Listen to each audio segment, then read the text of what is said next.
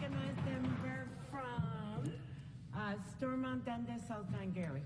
Thank you, Speaker. And it's great, proud to rise today on behalf of my riding in Stormont, Dundas, and South Glengarry to speak to Bill 47, protecting the Point Act. And Speaker, consumers across the province treasure their reward points and appreciate the opportunity to claim a large award or a special vacation trip, and it's a bit like winning the lottery. And I have friends and relatives, family members that use these, and they're quite happy to use them. And I think it's time that maybe the government steps up and takes some steps to protect them. But I'm a little nervous, and I'm sure this is not the intention of the member from Beaches East York. But when we see the government get involved in some of these programs, we don't always get what we want. So we are a bit concerned, and we believe, we see people calling out my office with that concern. We've had small business saying, I use the air miles, and I'm a little worried. I see the government tinkering, and that has spelt some problems in the past. So you can see that,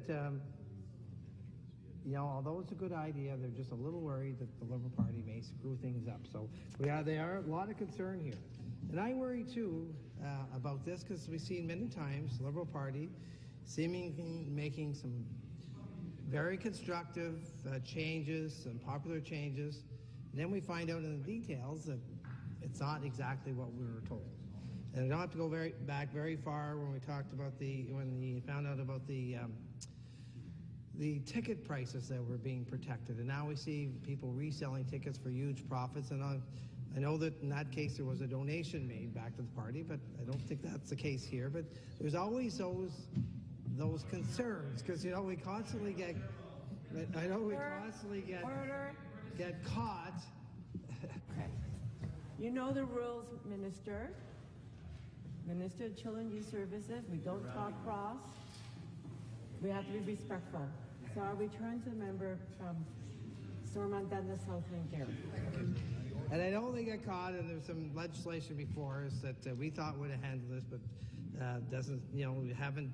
That's something that didn't play out either. So anyway, we're looking, and there's definitely some concern out there.